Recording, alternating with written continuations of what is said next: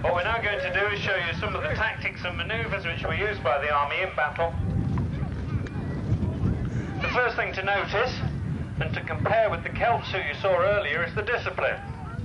Whilst the Celts tended to fight as a mass of individuals, each after their own particular personal glory and satisfying their own personal ambition, in the Roman army each man was part of a bigger whole, part of a mechanised fighting force. They follow orders, they march in step, they do what they're told, and that means that a Roman commander can issue orders to his army knowing that they'll be carried out. A Celtic commander could issue orders and hope they'd be carried out.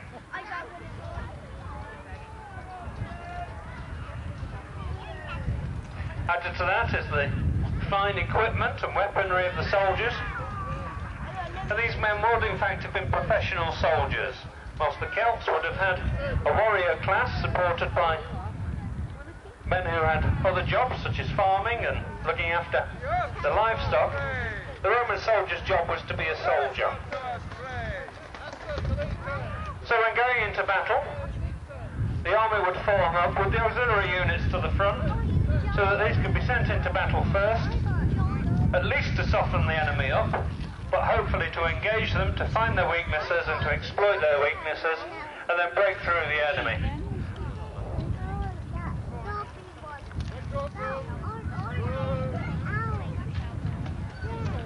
There's at least one record in Roman writings of a battle being won by the auxiliary units, with the legions simply being held in reserve.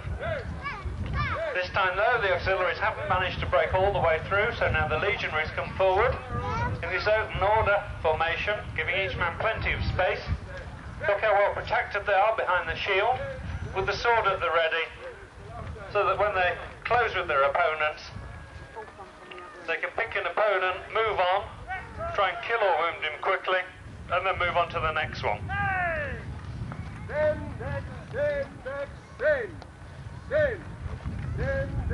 Notice, of course, the cavalry on the flanks fulfilling that function of protecting the sides of the formation.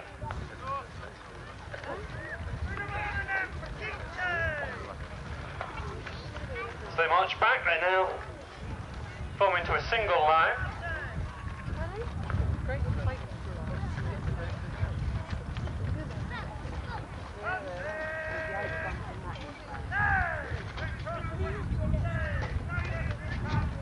Now, as the soldiers sheath their weapons, they prepare for a very famous formation called the testudo or tortoise. You wouldn't use this in a battle, but if you were besieging an enemy fort or city, and you wanted to get up to the gates of that fort so as to start hitting away at them with pickaxes or crowbars, or even to set fires at the gates to break through them, you'd use this formation. It covers the men from any missiles which are being thrown from the gatehouse, and the only thing which is going to penetrate this is something like boiling oil or water. Stones and spears and arrows will bounce off.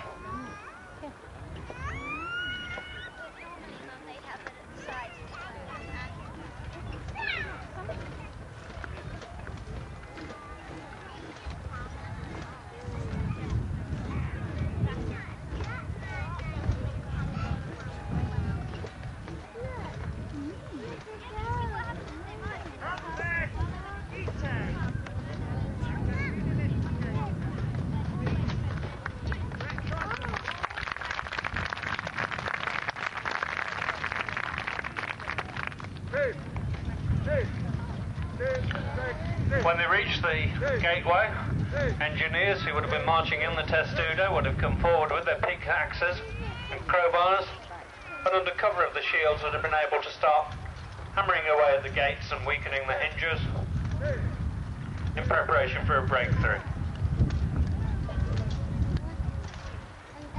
Now, as the soldiers march back, they will now form into the final formation of this part of the display. This is called the wedge. It's used to break into an enemy's formation so as to drive the enemy apart, to start to split them up, break their formation and their discipline, and get them on the run. It's still in use nowadays by riot police, and I'll let this manoeuvre describe itself.